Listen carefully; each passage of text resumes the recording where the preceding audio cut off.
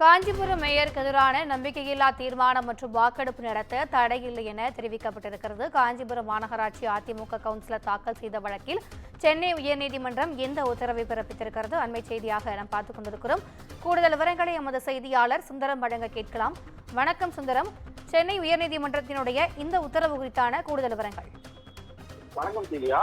அதாவது காஞ்சிபுரம் மாநகராட்சியில் மொத்தம் 51 வார்டுகள் உள்ள நிலையில் மேயராக திமுகவை சேர்ந்த மகாலட்சுமி யுவராஜ் என்பவர் தேர்ந்தெடுக்கப்பட்டார். அவருக்கு எதிராக எதிர்கட்சிகளை சேர்ந்த உறுப்பினர்கள் பல்வேறு புகார்களை கூறி வந்த நிலையில் திமுக கவுன்சிலர்களும் மேயருக்கு எதிராக போர் கொடுத்திருந்தனர். இந்த நிலையில் மேயர் தனது பெரும்பான்மையை நிரூபிக்க வேண்டும் என்று 33 கவுன்சிலர்கள் மாநகராட்சி ஆணையர் செந்தில் முருகனிடம் மனு அளித்திருந்தனர்.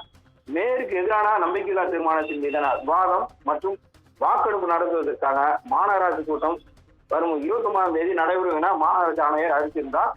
இதனை எதிர்த்து அதிமுக கவுன்சிலர் சிந்தன் சென்னை உயர்நீதிமன்றத்தில் ஒரு மனுவை தாக்கல் செய்துள்ளார். அந்த மனுவில் மாநகராட்சி கூட்டத்தை கூட்டி பெரும்பான்மையை நிரூபிக்க மேயருக்கு உத்தரவிட வேண்டும் எனவும் கூட்டத்திற்கு அழைப்பு விடுத்த மாநகராட்சி ஆணையரின் உத்தரவை ரத்து செய்ய வேண்டும் எனவும் அந்த மனுவில் கோரிக்கை வைத்துள்ளார்.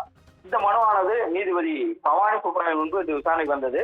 அப்போது மனுதாரர் தரப்பில் ஆஜரான வழக்கறிஞர் மேயர் மகாலட்சுமி கணவர் யுவராஜ் பொதுமக்களை மிரட்டி பணம் வசூலிப்பதாகவும் காஞ்சிபுரத்தில் சாலை, குடிநீர் மற்றும் சாக்கடை பிரச்சனைகளை சரி செய்ய கோரி மனு அளித்தும் நடவடிக்கை எடுக்கவில்லை என்பதாலும் அனைத்து கட்சிகளைச் சேர்ந்த உறுப்பினர்களும் மேயருக்கு எதிராக புகார் அளித்ததாகவும், ஆனால் மாநகராட்சி ஆணையர் மேயருக்கு எதிராக எந்தவித நடவடிக்கையை ஈடுபடாமல் அவருக்கு ஆதரவாக செயல்படுவதாகவும் குறிப்பிட்டிருந்தார். இதனை ஏற்க மறுத்த நீதிபதி மேயருக்கு எதிரான குற்றச்சாட்டுகள் அனைத்தும் பொதுவாக இருப்பதாகவும் பணம் வசூலித்ததாக கூறும் நிலையில் பாதிக்கப்பட்ட நபரின் புகார் இல்லை எனவும் தெரிவித்தார்.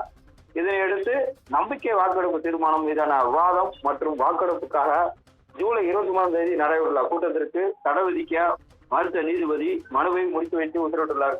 திவ்யா, கூடுதல் விவரங்களுக்கு நன்றி சுந்தரம்.